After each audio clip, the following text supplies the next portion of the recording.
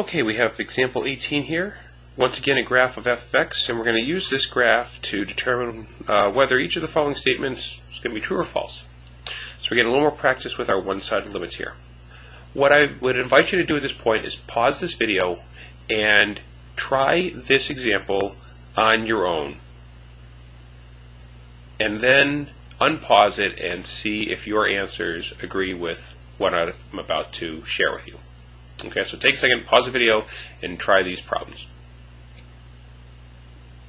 Okay, so we are first asked the limit as x approaches -1 from the right of the function. Is that equal to 1? Okay, so here's x equals -1.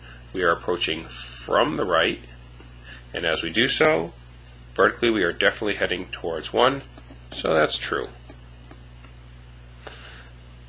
Part B says the limit as x approaches 2 of the function does not exist. Okay, well here's x equals 2.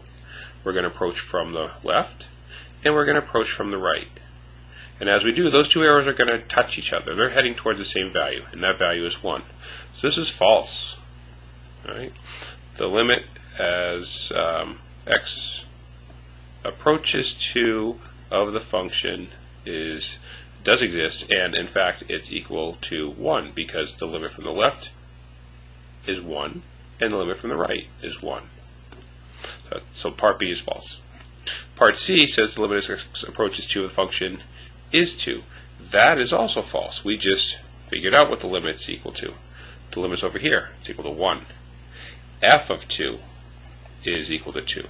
But the limit as x approaches 2 of the function is 1. Part D, the limit as x approaches 1 from the left of the function is 2. So here's x equals 1. We're going to approach from the left, and we are heading up there. And yeah, even though there's a circle there, that's okay. Where are we heading as we get really, really close to 1 from the left? We are heading towards 2. So this is true. Okay, I'm going to have to scroll up and down a little bit here now.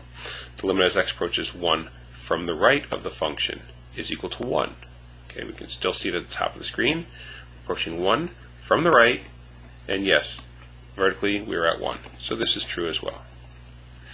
So F, the limit as x approaches 1 of the function, does not exist. Well, the limit as x approaches 1 from the left is 2. As x approaches 1 from the right is 1. 2 does not equal 1, so this is also a true statement. And lo and behold, if we do the quick finger test, we see that our fingers are not going to be near each other as x approaches 1 from both directions. G says the limit as x approaches 0 from the right of the function is equal to the limit as x approaches 0 from the left of the function. And so we are heading towards 0 from both directions. And yeah, they're going to touch. They're going to touch at the origin. So this is a true statement. Oops, I'm off the screen there, sorry. Alright, now we go to H. H says that the limit as x approaches c of the function exists at every c in the interval from -1 to 1. Okay. So basically what we're saying is, are there any spots in between -1 and 1 where there are some issues going on? Now the parentheses means we are not including the endpoints. Okay, so let's go back to the graph, and beginning at x equals -1 and ending at x equals 1, this area right here, are there any issues? Are there any spots where the limit from the left is not going to be equal to the limit from the right? No, they're not. This is actually something that's called a continuous curve on this interval, which we're going to talk about shortly. But there's no spots where the limit from as x approaches a value from the left does not equal the limit as x approaches a value from the right. So this is a true statement. And this second one says I, the limit as x approaches c of f of x exists for at every c in the interval from 1 to 3. Alright, so here we go. Now we're interested from 1 to 3.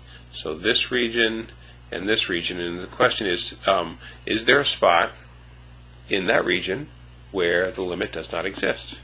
And the answer is there is no spot. Okay, yes, we have this issue right here, but we already discussed how the limit as x approaches 2 of the function is equal to 1. Okay, and in these other spots as well, it's not like my fingers are going in different directions as I approach any of these spots.